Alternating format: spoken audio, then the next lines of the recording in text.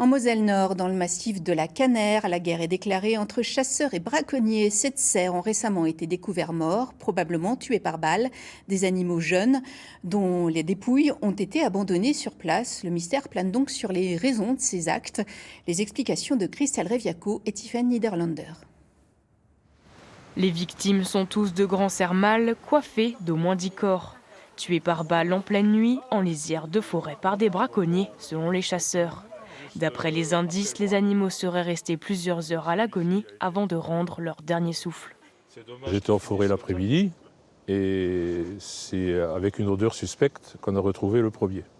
Malheureusement, la suite, ça a été la période de chasse et donc c'était là le deuxième, le troisième, où des collègues ont trouvé au fur et à mesure des battues, dont même 2 cerfs morts dans la même battue. Les 7 dépouilles ont été retrouvées intactes, ni les bois ni la viande n'ont été prélevés, une situation inédite. En Moselle, la chasse au sanglier est autorisée tous les jours de l'année, de jour comme de nuit.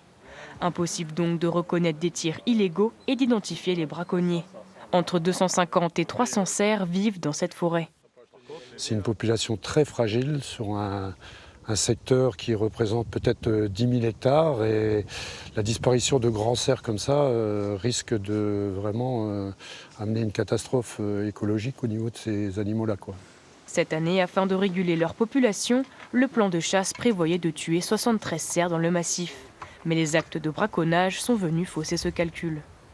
Compte tenu des animaux morts qui ont été retrouvés, et plus de ceux qui n'ont pas été retrouvés et qui ont été probablement tués, cet objectif doit être absolument revu à la baisse si on veut maintenir une population et un équilibre sylvo-cynégétique correct sur la vallée de la Canère.